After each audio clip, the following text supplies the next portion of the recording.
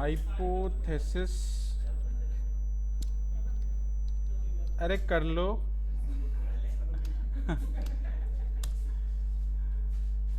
बैठो। ठीक है। तो जैसे मैंने आपको कल बताया था, नल हाइपोथेसिस क्या होता है, ऑल्टरनेट हाइपोथेसिस क्या होते हैं, सिग्निफिकेंस लेवल क्या होता है ना। इसको जनरली हम लोग अल्फा से डिनोट करते हैं। पी वैल्यू क्या होते हैं, प्रोबेबिलिटी वैल्यू, जिससे हमें उसको मैच कराना होता है। ठीक है, जिसमें हम ये चेक करते हैं कि हमारी पी वैल्यू जो है वो हमारे लेवल ऑफ सिग्निफिकेंस से छोटा है या बड़ा है। राइट, ये कॉन्फिडेंस लेवल आपको देता है। और उसके बाद टेस्ट स्टैटिस्टिक्स है ना, जो आपको टेस्ट की वैल्यू रिटर्न करता है। तो अब इसमें हाइपोथेसिस के ये सारे की कॉन्सेप्ट्स हैं जिसकी हेल्प से हम लोग हाइपोथेसिस टेस्टिंग करते हैं। अब हाइपोथेसिस टेस्टिंग का जो स्टेप होता है वो होता है कि पहले तो आप अजम्पशंस डिफाइन करेंगे। Right, state the null and alternate hypothesis, state करना है, बताना है कि भाई ये मेरा एक डिसीजन है और अल्टरनेट में ये डिसीजन है हाँ। उसके बाद सेट क्राइटेरिया, आप एक क्राइटेरिया सेट करते हैं जिसमें लेवल ऑफ सिग्निफिकेंस आप डिसाइड करते हैं। ठीक है, लेवल ऑफ सिग्निफिकेंस डिसाइड करते हैं। उसके बाद नेक्स्ट आप कंप्यूट करते हैं स्टैटिस्टिक्स को एनालाइज करने के लिए। जो टेस्टिंग के मेथड्स आपको दे रखे हैं उसके थ्रू आप एनालाइज करते हैं अपने सैंपल डेटा को, और जिससे आपको टेस्ट के स्टैटिस्टिक्स मिलते हैं, लाइक ये सारी चीज़ें। और उसके बाद एक पी वैल्यू मिलती है। टेस्ट ही आपको पी की एक वैल्यू रिटर्न करता है। उसी पी वैल्यू को हम लोग चेक करके अपने अल्फा के साथ में देखते हैं, और उसके अकॉर्डिंग हम लोग या तो अल्टरनेट हाइपोथेसिस को ट्रू करते हैं या फिर नल हाइपोथेसिस को, है ना। तो वहाँ से आप कंपेयर कर सकते हैं कि आपके पी वैल्यू में जो ये कंपैरिजन है ये ट्रू है या फॉल्स है। इसके अकॉर्डिंग आपका नल और अल्टरनेट हाइपोथेसिस ट्रू फॉल्स होता है। Types of error, types of error जो होता है इसमें कई बारी एरर ये आ जाता है कि जो भी हमने डिसीजन लिया है, जो डिसीजन हमारे एनालिसिस के अकॉर्डिंग हमें मिली है, वो एक्चुअली में फॉल्स हो गई, है ना। मतलब एक्चुअल सिचुएशन में फॉल्स हो गई। जैसे मैंने प्रिडिक्ट किया कि भाई कोई मैच चल रहा है, उस मैच में इंडिया जीतेगी, मेरी पूरी एनालिसिस बिल्कुल टॉप क्लास थी, हार गई, है ना। तो मतलब देयर इज सम एरर, हमारी एनालिसिस में कुछ एरर था। वो एरर कैसे फाइंड आउट कर दो, एरर के लिए हम लोग यूज करते हैं टाइप 1 एरर, मतलब रिजेक्ट अ नल ट्रू नल हाइपोथेसिस। और टाइप 2 एरर मतलब फॉल्स नेगेटिव, फॉल्स पॉजिटिव और फॉल्स नेगेटिव इसको बोलते हैं। ठीक है, उसके बाद कॉमन स्टैटिस्टिकल टेस्ट, ये टेस्ट के नाम है जो कल भी लिखवाए थे मैंने आपको। अब यहीं से हम लोग स्टार्ट करते हैं टी टेस्ट के बारे में। टी टेस्ट क्या काम करता है।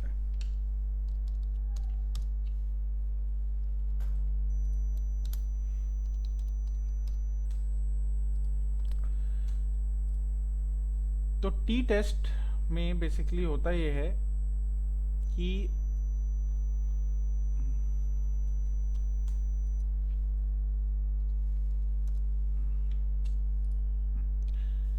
T-test involves setting up a null hypothesis. Typically, there is no significant difference between group means. मतलब ये T-test बेसिकली ये चेक करने के लिए होता है कि आपके पास जो सैंपल डेटा है, उस सैंपल डेटा में का जो मीन है, कोई भी सैंपल डेटा हो उसका कोई ना कोई मीन वैल्यू होगा। अब उस मीन को बेसिकली चेक किया जाता है कि वो हमारे दिए हुए मीन से मैच कर रहा है या नहीं कर रहा है। जैसे मैंने बोला कि मेरे एक क्लास है, उस क्लास में 100 स्टूडेंट है, ठीक है। और मैंने बोला कि इन स्टूडेंट का जो एवरेज मार्क्स है वो 80% है या 80 है ना, एवरेज, है ना। कि इनका जो एग्जाम जब होगा तो उस एग्जाम में 80% ये मार्क्स लेके आएंगे एवरेज, ये मैंने अज्यूम किया, ठीक है।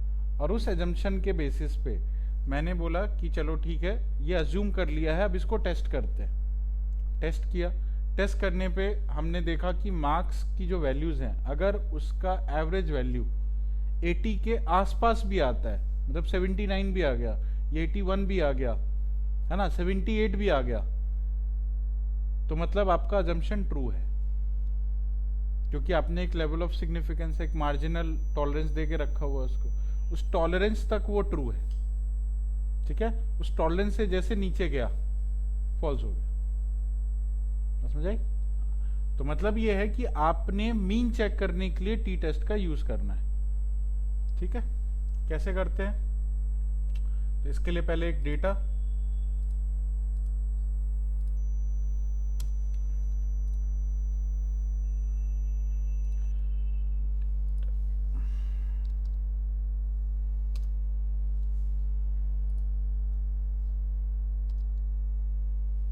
मैच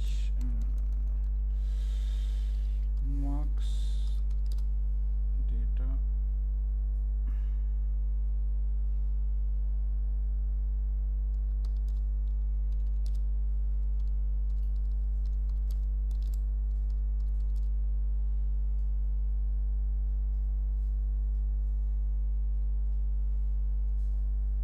विथ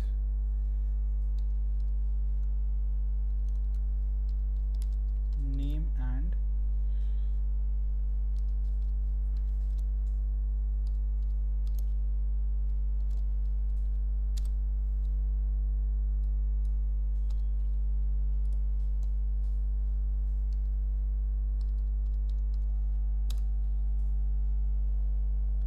स्टूडेंट का मैं डेटा बनवा लेता हूँ इससे।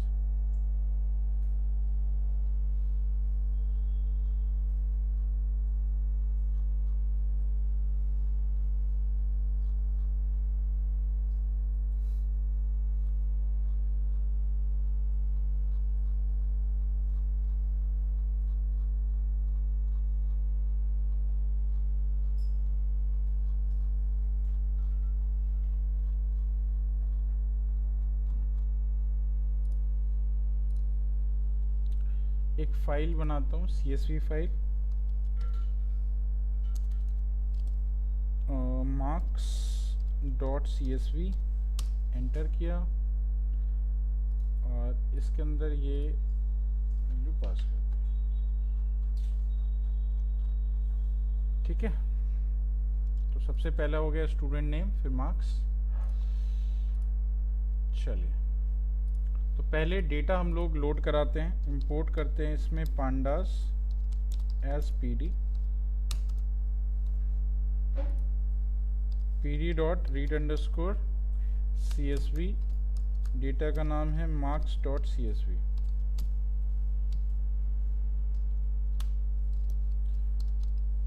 और ये रहा आपका डेटा। डेटा एक बार चेक करके देखते हैं, ठीक है। Student name and marks, marks जो है वो आउट ऑफ 100 है और ये सारे आपके स्टूडेंट्स हैं।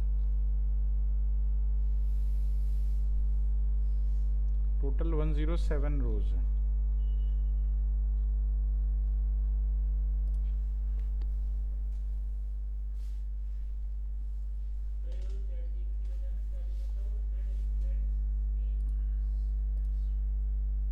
Marks data for 100 student with name and marks out of 100 columns. Marks out of 100 मतलब 100 में ही होना चाहिए।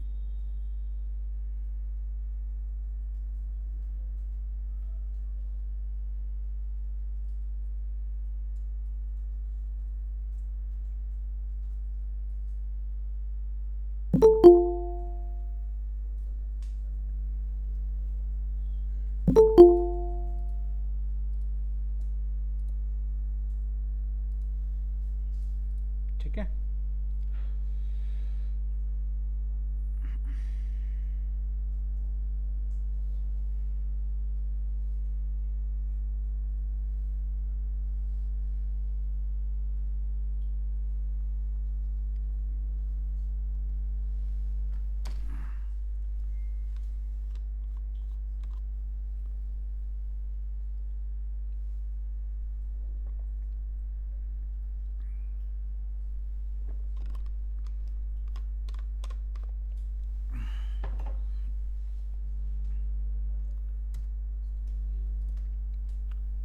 ठीक है। चलिए, अब मैंने बोला इस डेटा में जितने भी मार्क्स हैं उन मार्क्स की जो एवरेज वैल्यू है, आई अज्यूम कि ये एवरेज वैल्यू 75 है, ठीक है। एक बार मैंने अजम्पशन अपना बता दिया। अजम्पशन में मैंने लिखा जो हमारे पास एवरेज मार्क्स है वो है 75, और मुझे टेस्ट करना है कि क्या इस डेटा का एवरेज मार्क्स जो 75 है या नहीं, हमारे एजम्पशन के अकॉर्डिंग। 75 एग्जैक्टली नहीं देखना है, 75 के अकॉर्डिंग हमें कुछ डिसीजन लेना है ना। 75 होगा तो वो डिसीजन आएगा, नहीं तो नहीं आएगा। चलिए ठीक है, तो अब ये चेक करने के लिए हम लोग यहाँ पे इस पे लगाते हैं टी टेस्ट। टी टेस्ट अगर आपको यूज़ करना है तो सबसे पहले आपको यहाँ पे from scipy dot stat import करना है T test underscore one samp. One samp का मतलब एक सैंपल, अभी एक सैंपल पे ही हमारा, तो एक सैंपल को टेस्ट करना है और उस सैंपल में हमें टेस्ट किसके साथ करना है, तो जो वैल्यू टेस्ट करनी है वो वैल्यू बता देते हैं। ठीक है, अब T test underscore one samp पे हमने सबसे पहले अपना डेटा पास किया। ठीक है, तो डेटा हमने दिया डेटा सीधा, और दूसरा होता पॉप मीन। पॉप मीन का मतलब जिसके अकॉर्डिंग हमें ये चेक करना है, तो मैंने एवरेज मार्क्स दे दिया इसको। ठीक है, और ये रिटर्न में दो वैल्यू पास करता है, एक तो टी टेस्ट की जो वैल्यू आती है उसके कैलकुलेशन से वो, और एक पी वैल्यू। अब जो पी वैल्यू आया है, अब एक सबसे पहले अल्फा भी हमें डिफाइन करना होगा। एक अल्फा भी डिफाइन कर लो, अल्फा इज इक्वल टू 0.05, और जो पी वैल्यू है हमारी, ये पी अंडरस्कोर वैल्यू कर दो इसको, पी अंडरस्कोर वैल। अगर पी अंडरस्कोर वैल की जो वैल्यू है अगर वो लेस देन या ग्रेटर देन 0.05 या अल्फा होता है, अल्फा लिख दो इसको, राइट। अगर अल्फा से बड़ी होती है ये वैल्यू,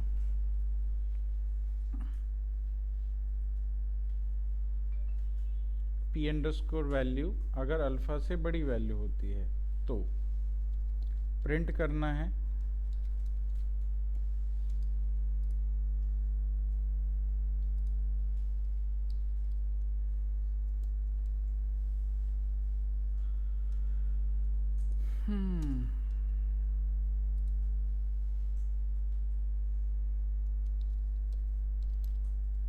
ये नल हाइपोथेसिस है मेरी।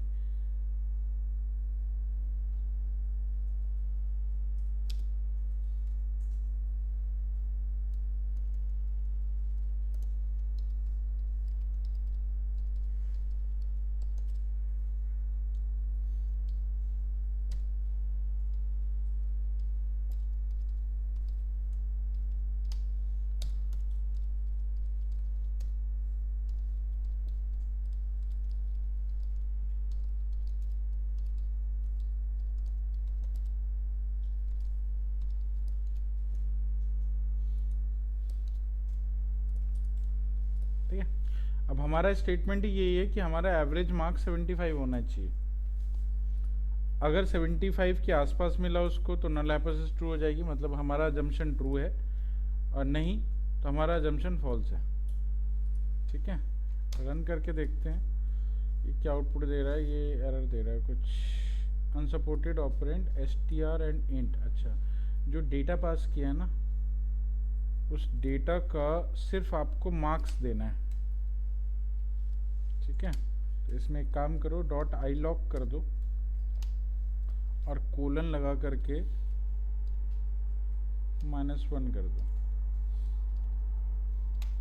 और इसको डेटा में स्टोर करा दो। ठीक है, क्योंकि सिर्फ नंबर वाला डेटा चाहिए, मीन तो सिर्फ नंबर वाला, 2 कॉलम है इसके अंदर।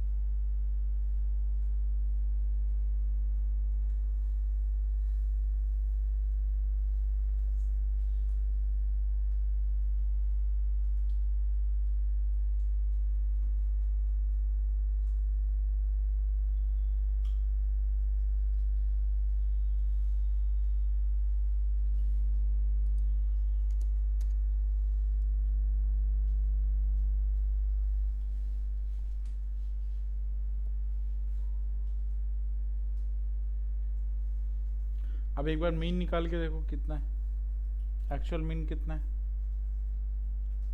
ये तो 75 के अराउंड चेक किया आपने, एक्चुअल मीन कितना है?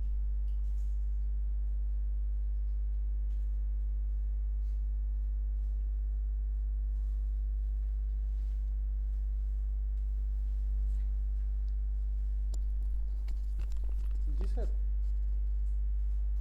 जी सर।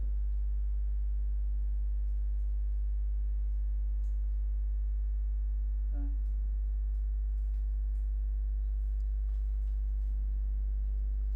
हाँ, कर सकता, नया मॉड्यूल है ना वो पूरा। हाँ हाँ हाँ।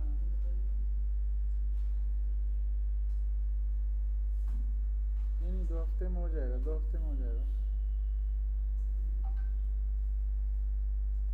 12:30, 12:30 वीकेंड में। हाँ ठीक है, ओके।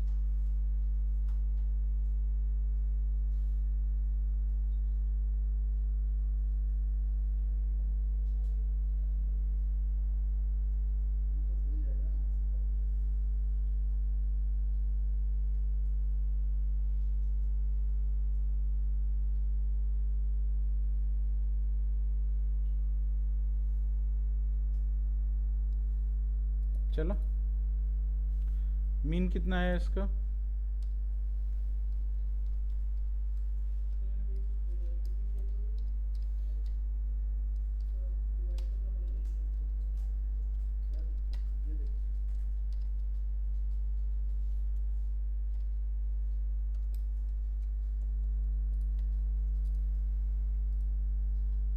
तो इसका मीन आया 70 पॉइंट, जो इसका एक्चुअल मीन है वो 75.95 है, जो एक्चुअल मीन है इसका। और हमने जो बताया था वो 75 था, ऑलमोस्ट क्लोज है। नल हाइपोथेसिस ट्रू हो गई हमारी, ठीक है।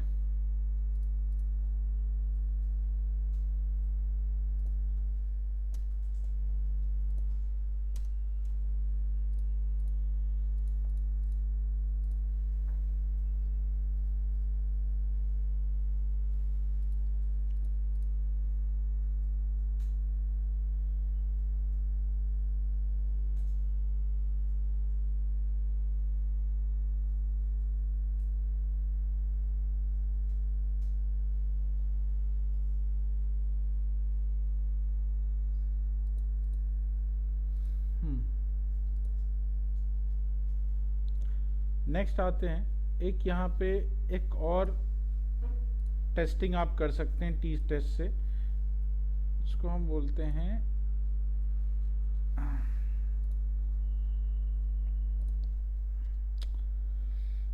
T test underscore IND।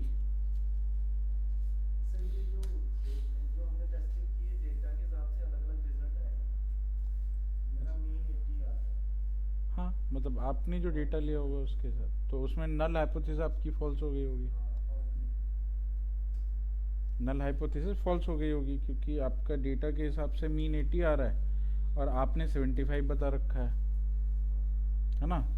Data के आसपास होता, क्लोज होता, जैसे यहाँ पे दिख रहा है 0.95 का डिफरेंस है, राइट। या अभी 2 का भी डिफरेंस होता, 3 का भी, जैसे मैंने बोला होता कि मेरा एवरेज मार्क्स जो है वो 77 है, तो नल हाइपोथेसिस अभी भी ट्रू है ना, क्योंकि 5% का आपने इसको टॉलरेंस दे रखा है। तो 5% ऊपर नीचे भी होगा तो भी वो आपको ट्रू ही दिखाएगा, ठीक है। अभी भी ये नल हाइपोथेसिस की ट्रू है, राइट। 80 पे अगर होगा, अगर मैंने एवरेज मार्क्स 80 बताया होता तो ये नल हाइपोथेसिस को, ऑल्टरनेट हाइपोथेसिस को इसने ट्रू कर दिया, है ना, क्योंकि हमारे डेटा के हिसाब से जो एवरेज मार्क्स है वो 75 है और हमने बता रखा था 80, है ना, तो मतलब हमारा ऑल्टरनेट हाइपोथेसिस ट्रू हो गया, नल हाइपोथेसिस ट्रू नहीं हुआ, समझ आई? तो वो टॉलरेंस है, अगर मैंने 77 या 78 तक भी बोला होता, 78 तक भी आपका नल हाइपोथेसिस ट्रू है, 80 पे जाके ये फॉल्स हुआ है। ठीक है, बात समझ आई?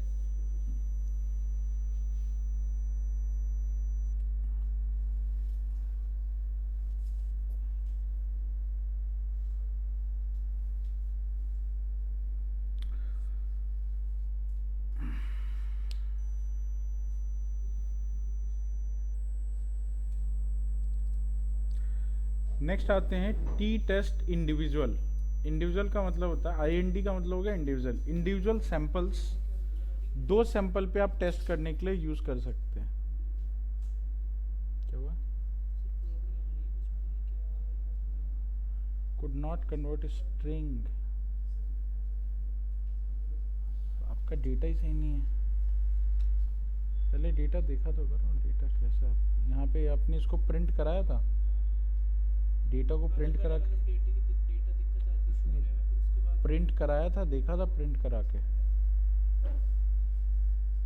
सिर्फ छापा मत करो, यही तो दिक्कत है आप लोग की, छापने वाली जो आदत है ना, मशीन की तरह छापने लगते हो, समझने की बजाय पहले मशीन की तरह छापते हो आप, दिक्कत ये है। जब आपने डेटा को प्रिंट कराया तो आपका प्रिंट कैसा हो रहा है, तो कमा पे ऐसा करके प्रिंट हो रहा है, ये होना कैसा चाहिए था, कॉलम वाइज नहीं, जो आपका ये डेटा है इसको मैं प्रिंट कर रहा हूँ,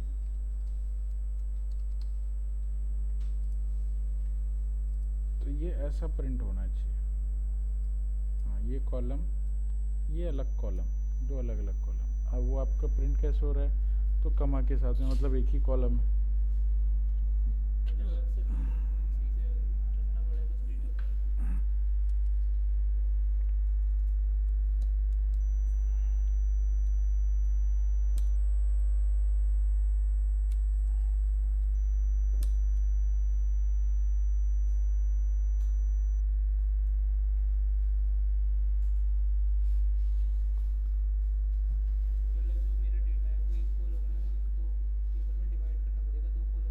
हाँ वो सही से लिया नहीं इसने, कमा क्यों नहीं ले रहा है, कमा लेना चाहिए था इसको, अभी भी नहीं ले रहा, डिलिमिटर आपने दे दिया ये,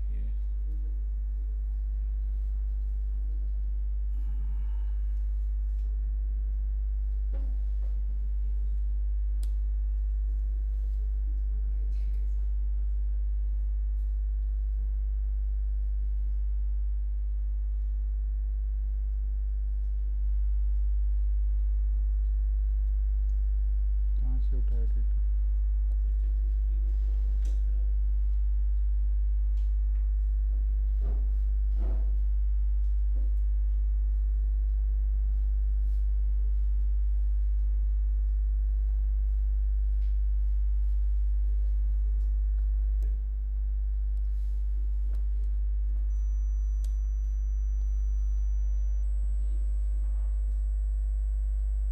सर स्क्रीन शो नहीं हो रही है।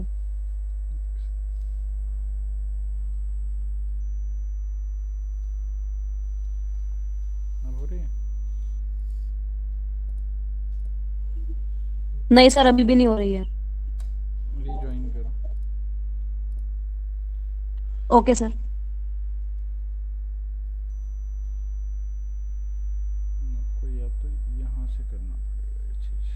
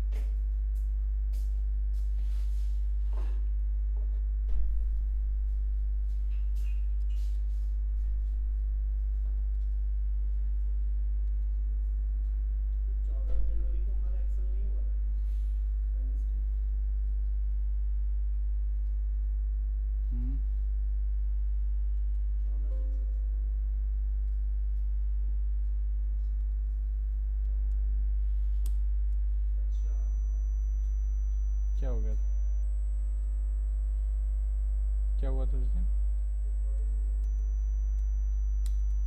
रिकॉर्डिंग नहीं होगी।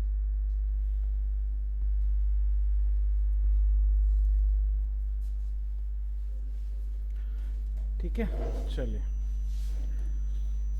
अब दूसरा है कि अगर आपको 2 सैंपल पे काम करना हो, ये तो सिंगल सैंपल हो गया, 2 सैंपल पे काम करना हो तो t_test_ind। मान लो आपको 2 क्लासेस के मार्क्स को कंपेयर करना, है ना। जैसे आपने बोला कि 2 सेक्शन है आपके स्कूल में, और वो 2 सेक्शंस के बच्चों का जो एवरेज है वो सेम है, मतलब उनका एवरेज मार्क्स सेम है ना। मतलब वो दोनों सभी एक जैसा ही परफॉर्म करते हैं, इस सेक्शन में रखो या इस सेक्शन में, टेस्ट करना है। ठीक है, तो आप यूज करेंगे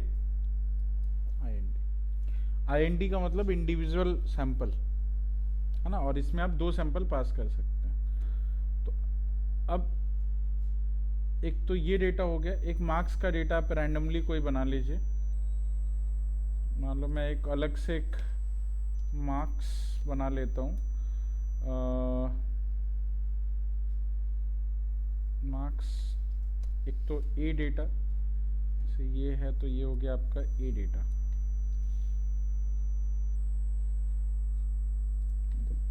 ए सेक्शन के मार्क्स, बी सेक्शन के मार्क्स,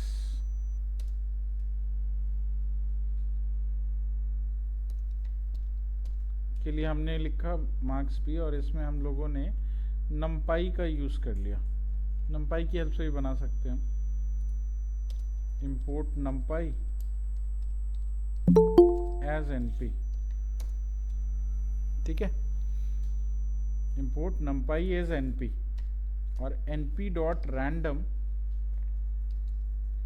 डॉट रैंड int,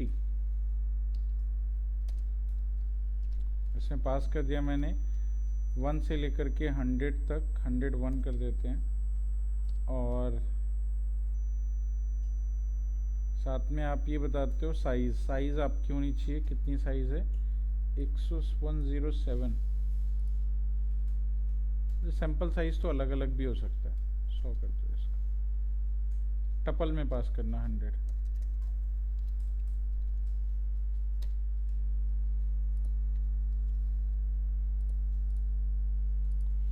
ठीक है, टपल में पास कर दो 100, तो ये आपको मार्क्स बना करके एक दे देगा।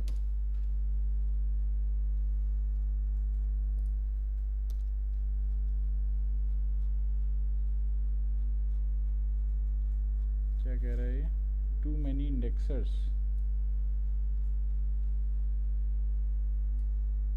इसको डेटा ही कहते हैं।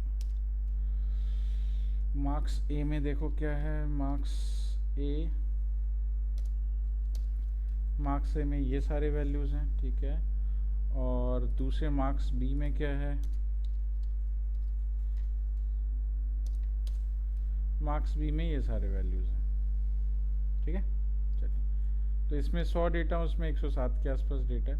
इसको भी सेम सीरीज बना दो, आप सीरीज बना सकते हैं। आप इसको सीरीज बनाने के लिए आप pd डॉट सीरीज कर सकते हैं, pd dot series.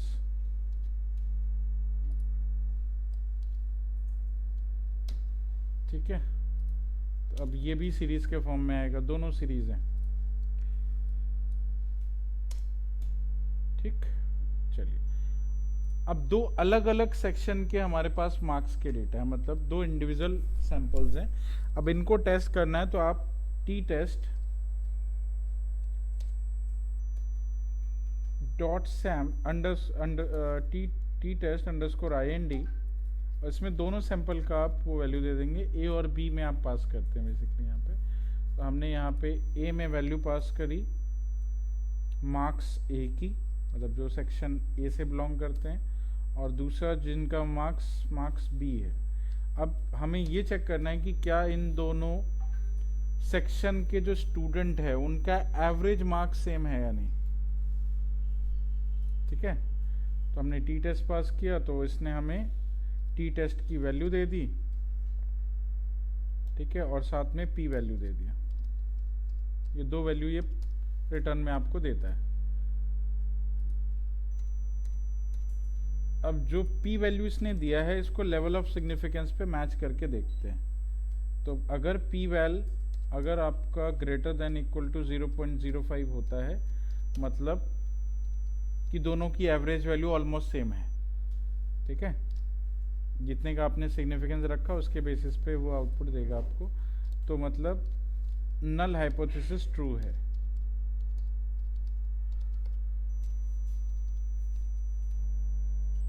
Else alternate hypothesis true है।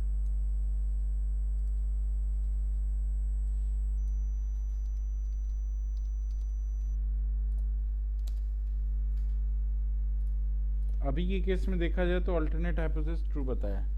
दैट मीन सिंपल है कि दोनों के एवरेज सेम नहीं है ना, आसपास भी नहीं है, दूर दूर है। तो ये चीज यहां से प्रूफ कर सकते हैं।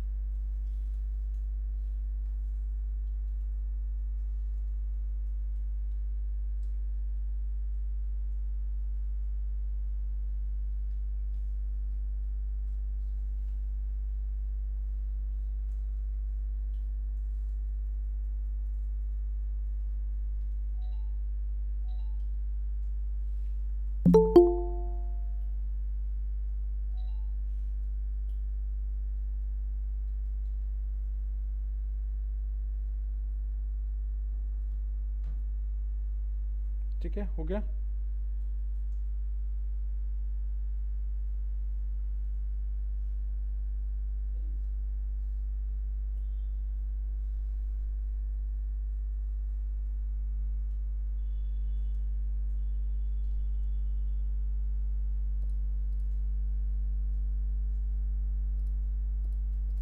चलिए, तो हमारे पास अभी दो चीजें हो गई, दो सैंपल। लेकिन एक, जैसे ये टी टेस्ट होता है वैसा ही एक आपको मिलता है एफ टेस्ट नहीं, जेड टेस्ट।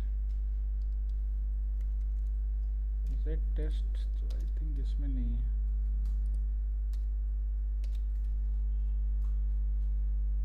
ये तो हो गया हमारा टी टेस्ट।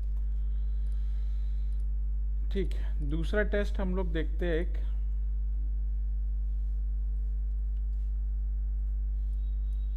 Z test.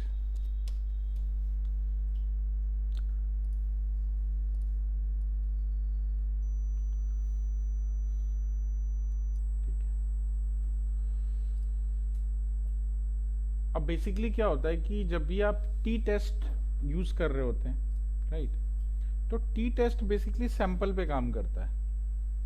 अब वो सैंपल का जो साइज होता है वो छोटा होना चाहिए, है ना, सैंपल का साइज छोटा होना चाहिए तो टी टेस्ट बढ़िया काम करता है। सैंपल का साइज अगर बड़ा हो गया, बड़ा मतलब कितना, 30 सैंपल से ज़्यादा, तो उस पर जो सबसे अच्छा काम करता है वो काम करता है जेड टेस्ट। काम वही करता है जो टी टेस्ट कर रहा है, लेकिन इस सैंपल का साइज बड़ा होना चाहिए, है ना, और ये मोर देन 30 साइज पे ये बेटर काम करता है। अगर आपके पास सैंपल साइज 30 से बड़ा हो तो आप टी टेस्ट की बजाय जेड टेस्ट यूज करेंगे।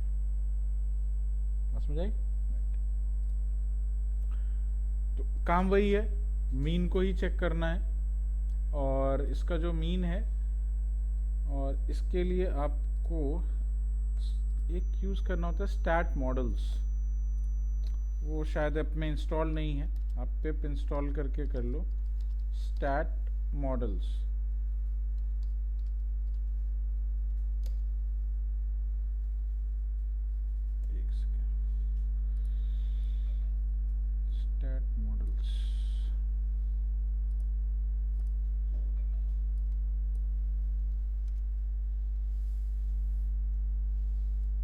stats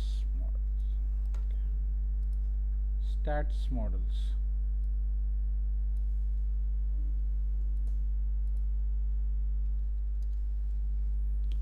इसको इंस्टॉल कर लो, स्टैट्स मॉडल्स। अब कुछ टेस्ट आपको इसी में से मिलेंगे। सर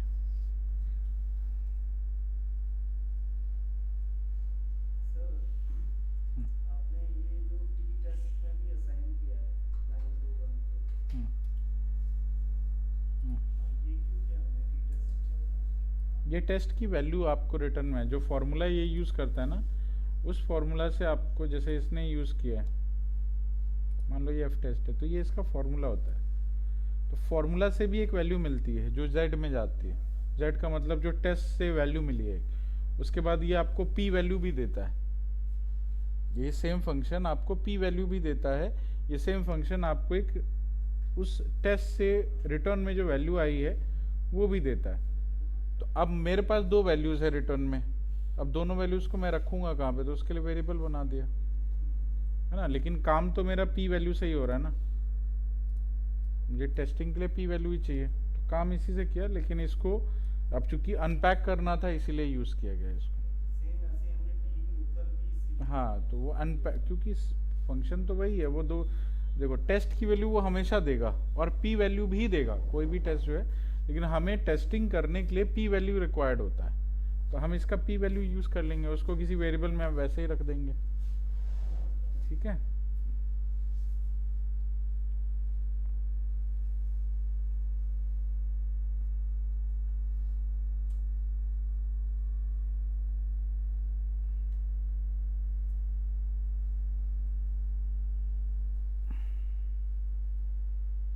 ठीक, ओके।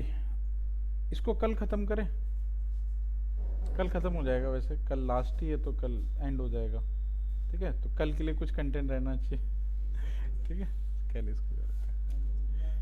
हाँ।